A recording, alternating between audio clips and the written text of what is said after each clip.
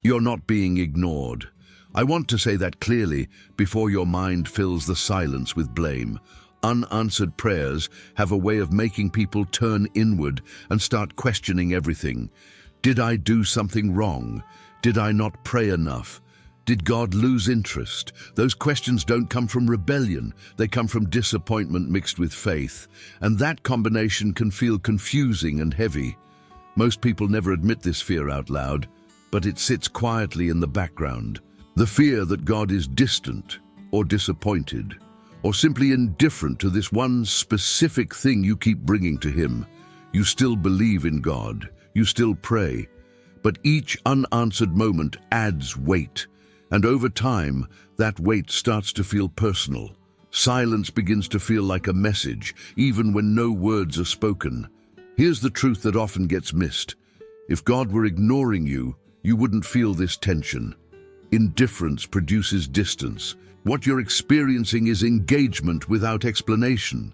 And that's harder. It requires trust without feedback. It requires staying present when there's no confirmation that anything is happening. That kind of waiting tests the heart more than obvious rejection ever would. This is why unanswered prayers hurt so much, not because you lack faith, but because you care deeply. You are invested. You're bringing something real, something meaningful, something vulnerable. And when there's no response you can interpret, your mind tries to protect you by creating reasons that often turn into self-accusation or quiet doubt. I want to slow this moment down, not to fix anything yet, but to stop the spiral. Before you decide that silence means failure or that you've been overlooked, you need to understand something about how prayer actually works. Because there is an assumption most of us carry without realizing it. And that assumption completely changes how we experience silence. Before you blame yourself, you need to hear this. There is an assumption almost all of us make about prayer, even if we would never say it out loud. The assumption is that prayer works like a transaction. If I pray sincerely enough, consistently enough, correctly enough, then the outcome should follow. Effort in, result out. It feels reasonable. It feels fair. And it quietly shapes how we measure unanswered prayers. When this assumption is operating in the background, silence feels like a problem to solve or a failure to diagnose. We start reviewing our behavior, our words, our level of faith, looking for what might have blocked the answer. Prayer becomes something we evaluate instead of something we enter. And when the answer doesn't come, disappointment grows into confusion, and confusion into self-doubt. The issue is not that prayer requires faith or persistence. It's that turning prayer into a formula changes its nature. A transaction is about control. A relationship is about trust. When prayer becomes leverage, silence feels like rejection. But when prayer is relationship, silence has a different meaning. It becomes part of the communication, not the absence of it. Think about any meaningful relationship in your life. Not every important moment is filled with words. Sometimes silence communicates care, patience, or restraint. Sometimes it prevents damage that rushed words would cause. In those moments, silence is not neglect, it is intention. But you only interpret it that way when you trust the relationship. This assumption about prayer sets people up for disappointment because it places expectation on timing instead of purpose. It focuses on outcome instead of formation. It teaches us to watch for results instead of growth. And when results don't come, we assume something is wrong with us or with God. Nothing has gone wrong. The framework just needs to change. When prayer shifts from transaction to relationship, silence stops being an accusation and starts becoming information. Not all information comes as answers. Some comes as restraint, delay, or redirection. This misunderstanding changes how silence feels, and once you see that, you're ready to understand something even deeper, because silence is rarely empty. In many cases, it's doing more than words ever could. Silence often feels like nothing, but in reality it is rarely empty. When God is quiet, it does not mean care has paused. It often means guidance is happening in a different form. We are used to clarity arriving as answers, instructions, or visible movement. But some of the most important direction in life comes through restraint rather than response. Think about how often silence functions as information in everyday life. When a door doesn't open, it's not always rejection. Sometimes it's protection. Sometimes it's timing. Sometimes it's preventing you from stepping into something you are not prepared to carry yet. The absence of permission can be as instructive as a command. When God remains silent, He may be keeping you from forcing a future that would cost you more than you realize. Answers have weight. Outcomes change responsibility. Some prayers, if answered too early, would accelerate your life in ways your inner world has not yet caught up with. Silence slows that acceleration so you don't fracture under it. Clarity does not always come from being told what to do next. Sometimes it comes from learning what not to rush. Silence creates space to notice motives, fears, and attachments that would stay hidden if everything moved quickly. It reveals what you are anchored to and what you are trying to escape. That information matters. This is why silence often feels uncomfortable. It removes distraction. It forces awareness. It doesn't let you bypass the inner work by jumping straight to outcomes. In that way, silence becomes a form of care. It protects what you cannot yet carry, not because you are unworthy, but because you are still becoming. If every prayer were answered immediately, growth would be optional. Wisdom would be shallow. Trust would remain theoretical. Silence invites depth. It teaches discernment. It trains patience without using pressure. It keeps your future intact while your present is being strengthened. Silence often protects what we can't yet carry. And once you understand that, a new question naturally rises. If silence is purposeful, then timing must matter more than we think. And that brings us to why desire alone is never the full picture when it comes to answered prayers. Desire is powerful. It's often sincere, emotional, and deeply personal, but desire alone is never enough to determine timing. One of the hardest truths about prayer is that God does not answer requests in isolation. He answers them in context. Context of your life, your capacity, the people involved, and the season you are in. An answered prayer at the wrong time can damage the very thing it was meant to bless. A promotion before maturity creates pressure instead of purpose. A relationship before healing turns connection into dependency. An opportunity before clarity can pull you into a direction you are not ready to sustain. Timing is not about delay for delay's sake. It's about alignment. We often think if something is good, it should happen now. But good things require structure. Without it, they collapse under their own weight. God sees the full landscape, not just the desire. He sees what the answer would demand of you emotionally, spiritually, and relationally. And sometimes the most loving response is to wait until those areas are strong enough to support the gift. This is where frustration grows. You know what you want is meaningful. You've prayed with sincerity. You've waited with patience. And still nothing happens. But waiting does not mean rejection. It means the conditions around the prayer are still forming, not just externally, but internally. Desire focuses on outcome. Timing focuses on readiness. One asks, when will this happen? The other asks, what needs to be in place so this doesn't harm me or others when it does? God operates in the second question far more than the first. This perspective changes the emotional tone of waiting. Instead of feeling stuck, you begin to see movement happening beneath the surface, preparation that isn't visible, alignment that can't be rushed. And while that doesn't remove the discomfort, it gives it meaning. What you're asking for may be good, just not ready. And that raises an uncomfortable but necessary thought. If timing matters this much, then there may be something inside you that God is still shaping. Not to withhold the answer, but to make sure you can carry it well when it comes. There is a part of this process most people want to skip, not because it's wrong, but because it's uncomfortable. Unanswered prayers often bring our attention to areas inside us that are still being shaped, not as a test, not as punishment, but as preparation. God is not withholding something good from you. He is forming the capacity to receive it without being harmed by it. Internal alignment is about coherence.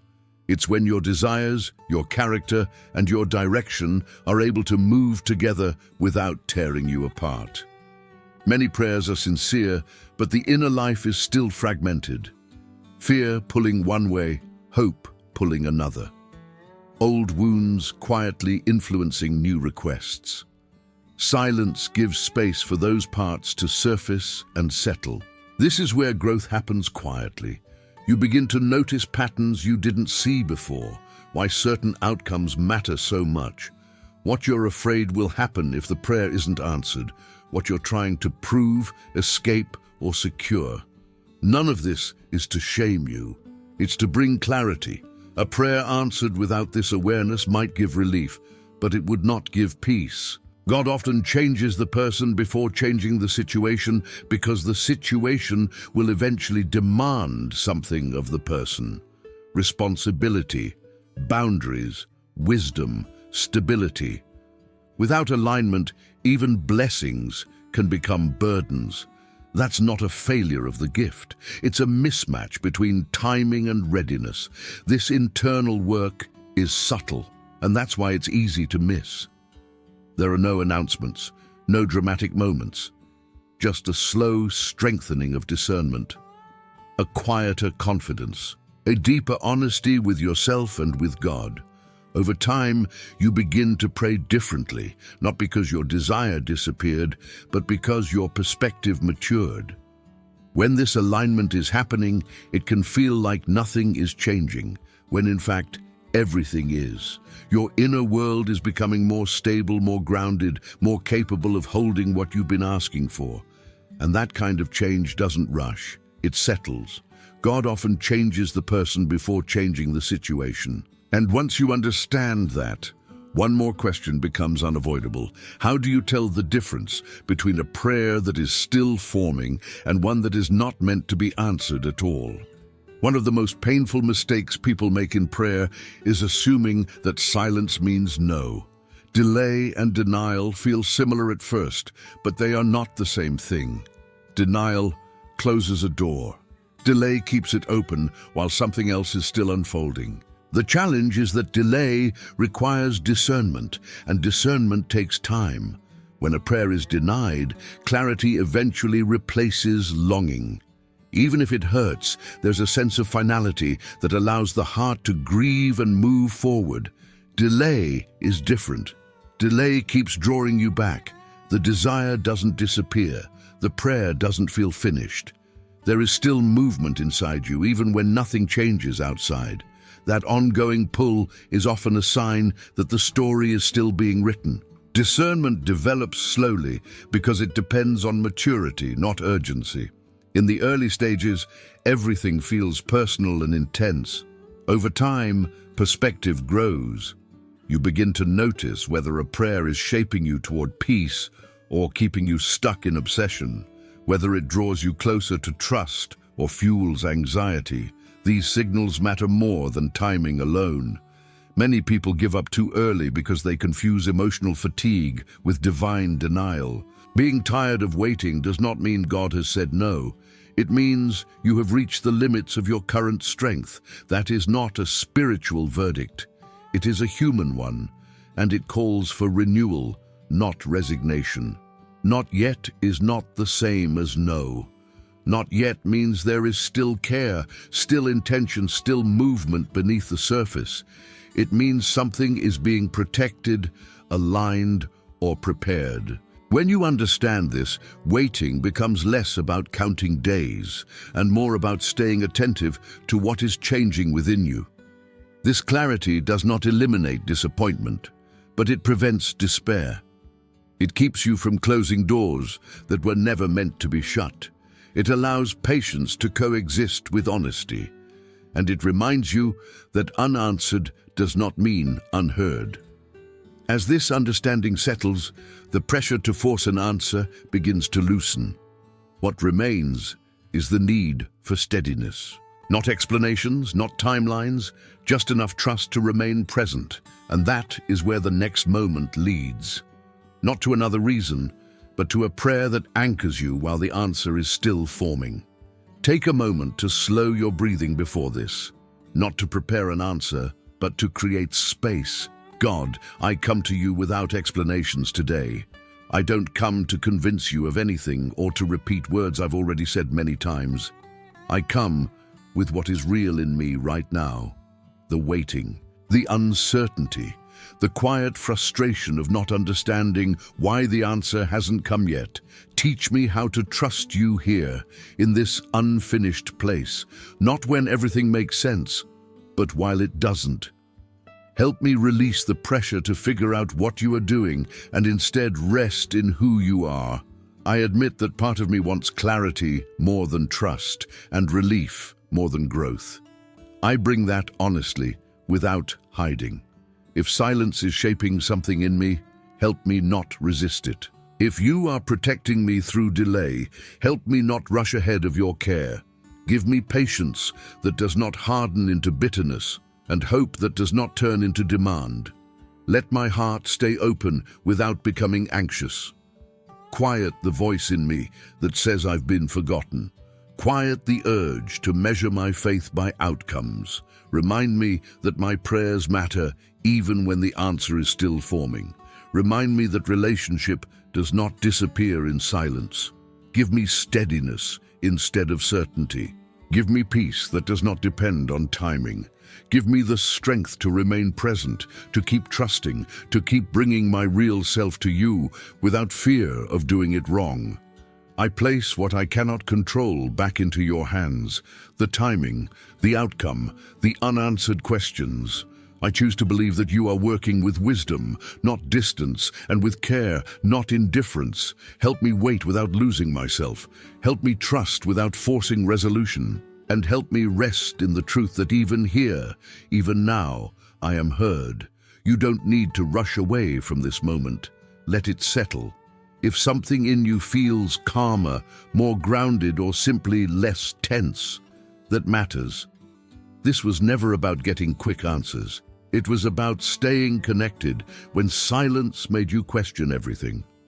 If you feel able, take a small step to stay engaged. Reflection becomes stronger when it's shared. You can leave a comment, not to explain your whole story, but to acknowledge that you're in a season of waiting. That simple act can remind you that you're not alone in this experience. Staying connected is not about obligation or routine. It's about continuity, about having places where you can return when the waiting feels heavy again. If content like this helps you slow down, reflect, and trust more deeply, staying close can be a way of caring for your inner life over time.